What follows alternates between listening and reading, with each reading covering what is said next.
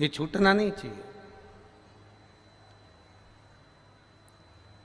मौका मिला है, इसको श्रवण करो, अपने जीवन में उतारो। महाराज, सामान की लिस्ट आप बनाते हो, सामग्री की लिस्ट आप बनाते हो। केवल एक लिस्ट ऐसी होती है जो तुम कभी नहीं बनाते हो, वो है तुम्हारी दवाई की लिस्ट।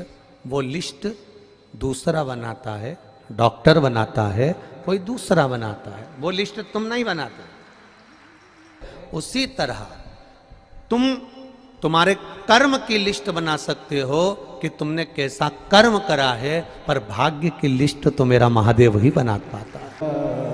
तू बच नहीं पाएगा।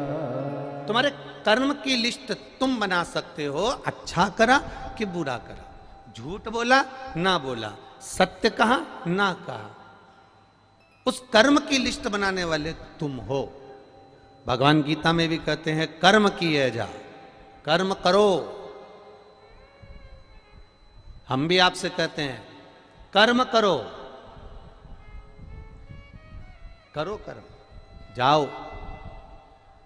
जिस कार्य को करने जा रहे हो उस कार्य को लगनता से करना, दिल से करना। और जब तुम लगनता से करोगे, दिल से करोगे, तो निश्चित है उस कार्य में सफलता जरूर मिलेगी, उसको कोई रोक नहीं सकता। पर बहुत अरमान रखकर नहीं, भीतर अरमान वो होना चाहिए कि मेरा बाबा, मेरा राम, मेरा कृष्ण, मेरा शिव जो देगा, मेरा बाबा जो मुझे प्रदान करेगा, वो कम नहीं देगा, जो देगा वो बहुता में देगा, और उसकी कोई होड़ नहीं हो सकती। जब वो देता है, सारे देव देते हैं, पल्ला झाड़ कर देते हैं। क्या देते हैं? पल्ला झाड़। सारे देव देते हैं तो पल्ला झाड़ कर देते हैं। तुम्हारे भाग्य में कितना लिखा है, कितना तुम्हारे को देना है, कितना कम देना है, कितना अधिक देना है, कैसा देना है, सारे देव देते हैं तो पल्ला झाड़ कर देते हैं। और मेरा महादेव देता है तो छप्पर फाड़ कर देता है। उसने देने में कोई कमी नहीं रखी। बस अपने भीतर थोड़ा सा संतोष रूपी धन होना चाहिए। एक गुरुजी के 2 चेले थे। जजमान ने कहा तुम्हारे शिष्यों को हमारे घर में भोजन करने भेज देना। ठीक है, भेज देंगे। अब गुरुजी ने दोनों चेलों को भोजन करने के लिए भेजा, और भोजन करने के लिए जब गुरुजी ने भेजा तो दोनों से कह दिया अच्छे पेट भर कर खा कर ना हो, जो भी मिले उसको अच्छे से पाना, प्रेम से पाना, आनंद से पाना। जो ज्यादा भाव खाता है वो बाद में ट्रेन में बैठ के बड़ा पाव खाता है। इसीलिए गुरुजी अपने चेले से कहते हैं कि थोड़ा सा सावधानी से जाना, जैसा मिले वैसा पाना, नखरे नहीं करना, अच्छे से रहना, प्रेम से रहना।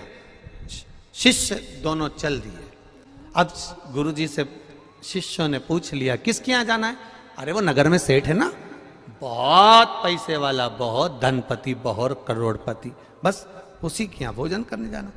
अब दोनों शिष्य चले और दोनों शिष्यों ने जाकर सुंदर भोजन प्रसादी ग्रहण करी। चांदी की थाली में भोजन आया, श्रीखंड आया, रबड़ी आई, रसगुल्ला आया, पूड़ी आई, सब्जी आई। इन दोनों ने खूब खाई। खाने के बाद सेठ जी आए और उन्होंने दोनों का तिलक करा, 2 रुपये उनको दिए। अब 2-2 रुपये उनको दिए। दोनों दोस्त जाने लगे, शिष्य जाने लगे। एक बड़ा खुश था, बड़ा प्रसन्न। एक की प्रसन्नता इतनी थी जिसका वर्णन नहीं, और दूसरा मुंह उतारा हुआ था, मुंह लटका हुआ था, लटका लटका मुंह भिन भिन कर रहा था। काय का सेठ? काय का सेठ? बताओ। भिखारी 2 रुपया दिया। काय का सेठ? भिखारी 2 रुपया दिया। अब एक प्रसन्न है और एक का मुंह उतरा हुआ है। एक की प्रसन्नता है और एक का मुंह उतरा हुआ है। अब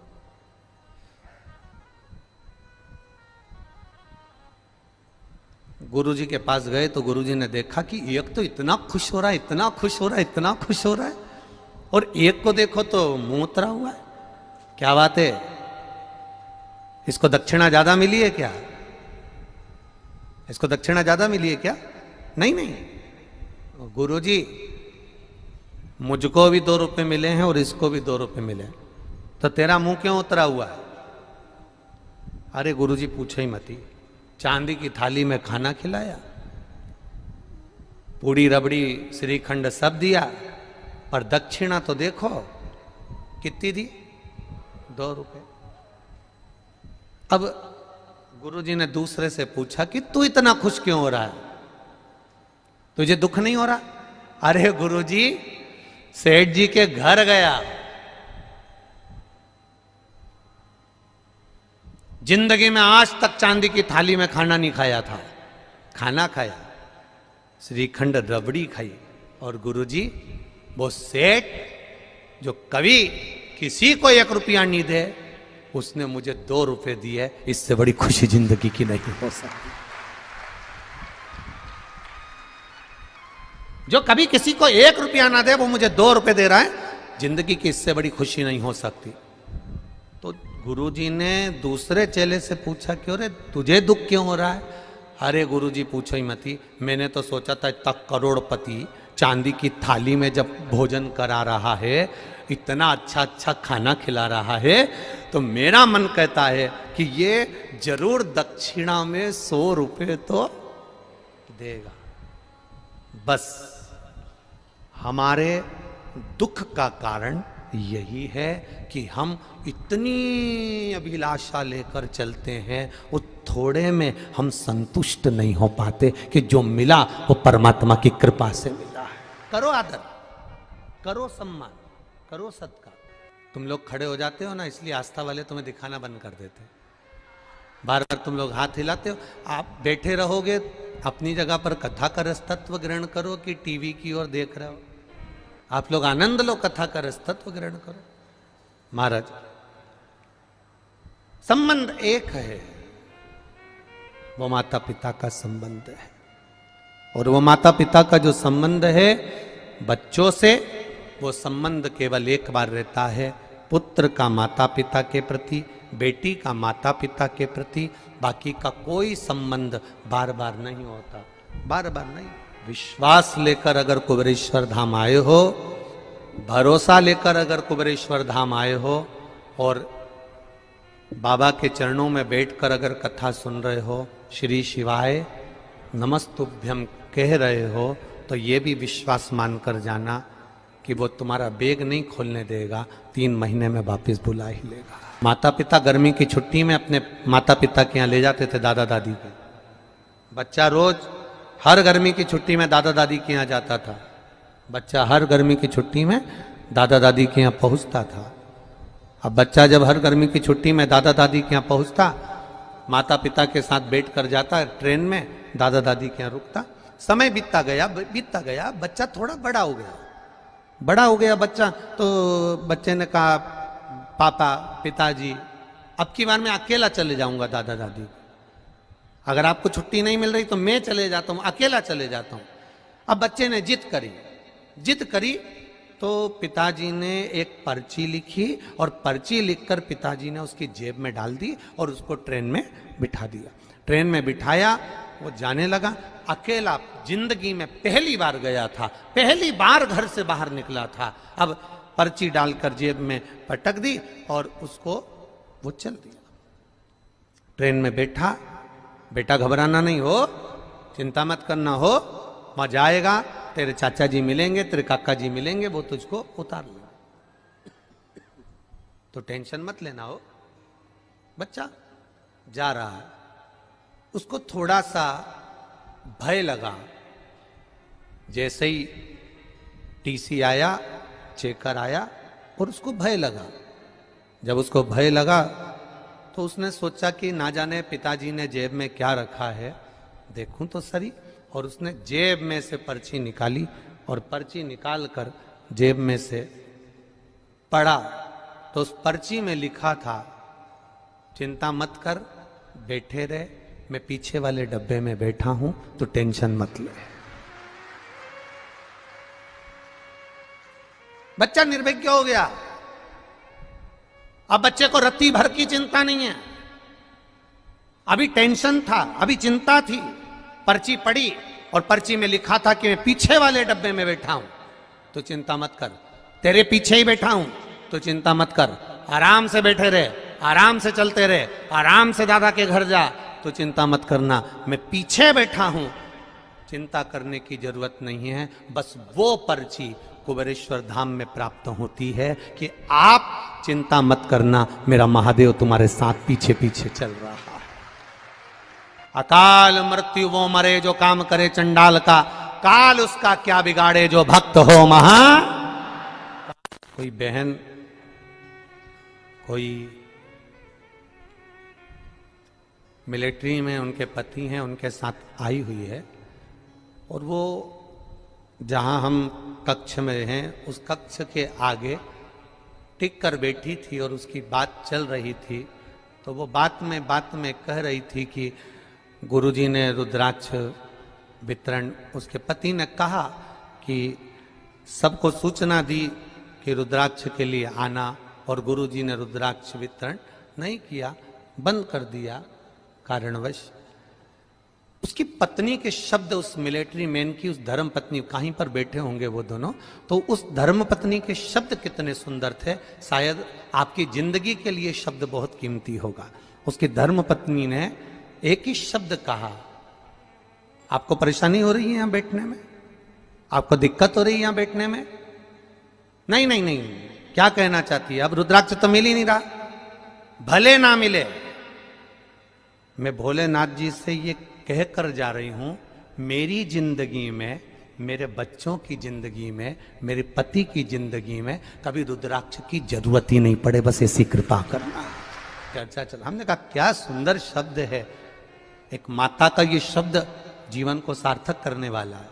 पुनीता उपाध्याय, ग्राम कारो, जिला बलिया, फोन नंबर ये, कहीं बैठी होंगी तो स्मरण करेंगे।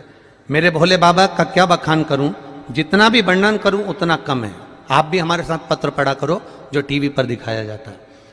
जितना वर्णन करूं उतना कम ही है। मैंने पशुपति व्रत किया था, जब 5वां व्रत पूरा होने पर रिजल्ट रेलवे का आने के लिए मैंने कहा था, क्योंकि पहले एग्जाम दे चुकी थे तो परंतु उसमें पास नहीं हुए थे। अब की रेलवे का एग्जाम दिया तो मैंने पशुपति व्रत करा, बेलपत्र शहद का प्रयोग कर कर शिव जी को अर्पण करा और बाबा से विनती करी, बाबा ऐसी कृपा करना, ऐसी दया करना, ऐसी करुणा करना कि इनका रेलवे में हो जाए। और बाबा की कृपा से जैसी 5वां पशुपति व्रत पूर्ण हुआ और बाबा की कृपा से उनका रेलवे में सिलेक्शन हो गया। ये शिव तत्व है, ये घड़ी है। हमारे सनातन धर्म के अंदर शंका का कोई काम नहीं होता। हमारे सनातन धर्म के अंतर्गत केवल विश्वास करा जाता है कि पत्थर की मूर्ति में भी राम होता है। तुम्हारी कमाई के हिस्सेदार होते हैं तुम्हारी पत्नी, तुम्हारे घर के माता पिता, तुम्हारे भाई बंधु और तुम्हारे बच्चे तुम्हारी कमाई के हिस्सेदार होंगे।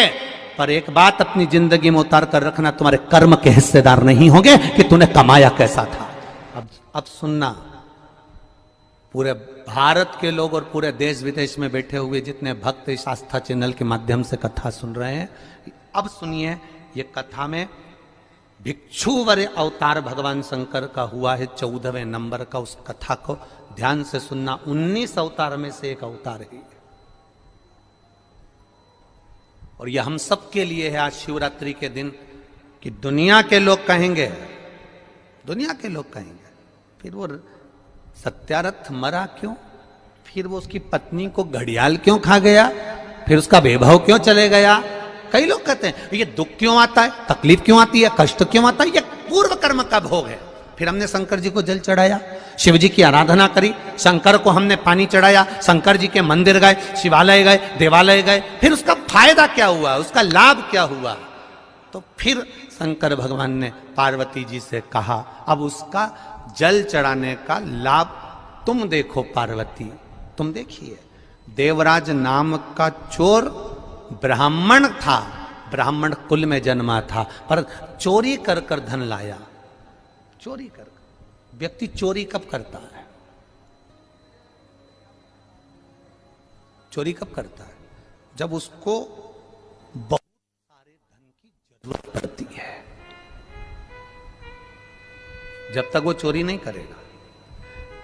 भगवान ने जितना बड़ा पेट दिया है ना, एक बीता का दिया तो एक बीता का, दो बीता का दिया तो दो बीता का, जितना बड़ा पेट दिया है भगवान ने उसको पेट भरने के, पेट दिया तो पेट भरने के लिए भगवान ने उसको भोजन भी दिया। ये पेट भरने की जवाबदारी तो मेरे भोलेनाथ की है, पर पेटी भरने की जवाबदारी मेरे भोलेनाथ की नहीं है।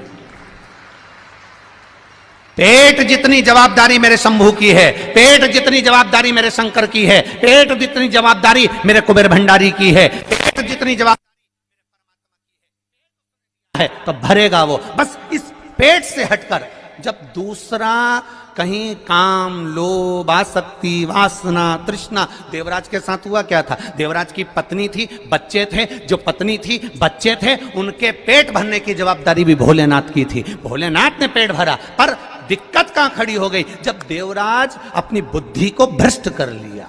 बुद्धि कब भ्रष्ट हुई? जब देवराज ने एक सुंदर कन्या को देख लिया, सुंदर स्त्री को देख लिया, स्त्री के चक्कर में पड़ गया। स्त्री ने कहा मुझे सुंदर सोने का हार ला कर दो, उसने हार ला कर दिया। मुझे सुंदर ये सामान ला कर दो, उसने ला कर दिया। अब उसके पास जितना धन था उसने खर्च कर दिया, अब कहां से लाएगा? तो उसने फिर चोरी करना प्रारंभ करा। जब अति होने लगती है, जब किसी चीज की जरूरत ज्यादा पड़ने लगती है, तब वो चोरी करना प्रारंभ कर। इतना बड़ा मोबाइल था, इतना बड़ा, 1500 रुपए का था। अब किसी का रोड पे पड़ा हुआ दिखा, अब वो इतना बड़ा, कितना खुश हुआ।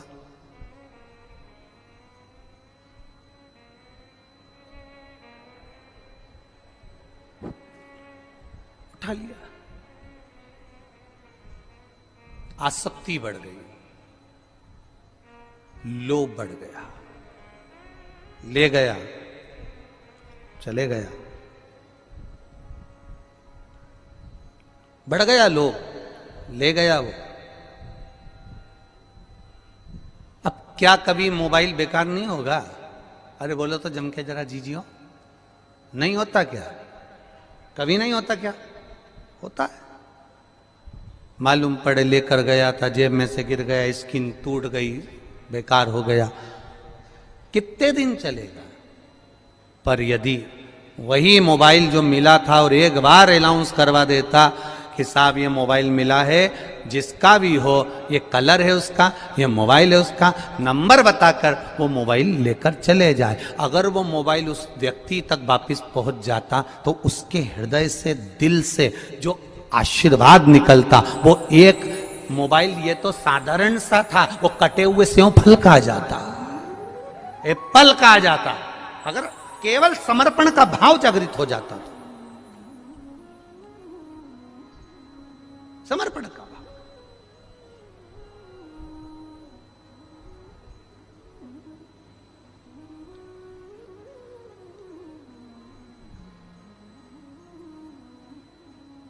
महाराज, फल क्या मिला?